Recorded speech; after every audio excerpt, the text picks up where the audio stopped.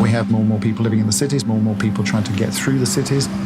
The kind of problems that we're facing with increasing urbanisation and increasing need for transport within the cities are congestion, pollution and road fatalities. You can look at the problem with mobility from two perspectives. You look at it at the micro level, at the individual vehicles. How can we change those vehicles so that they are safer or more efficient in terms of the way they get around? Some people are coming at that by incrementally introducing greater automation into the vehicle with the expectation that in the end that will lead to a kind of fully automated vehicle. Or you can look at it from the macro level by looking at the world from above and thinking about the actual traffic system and whether you can manage that more effectively.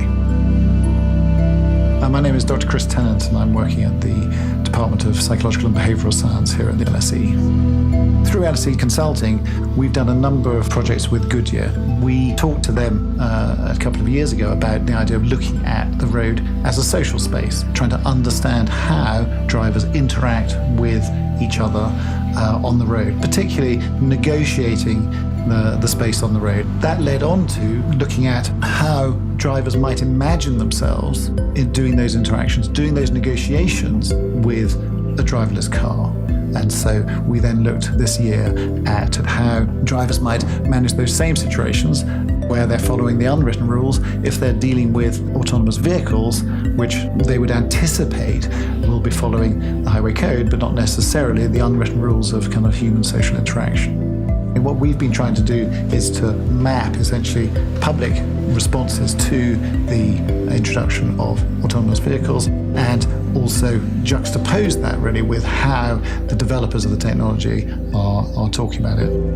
I think for Goodyear's point of view, the public's expectations of future technology on the road is fairly important as well.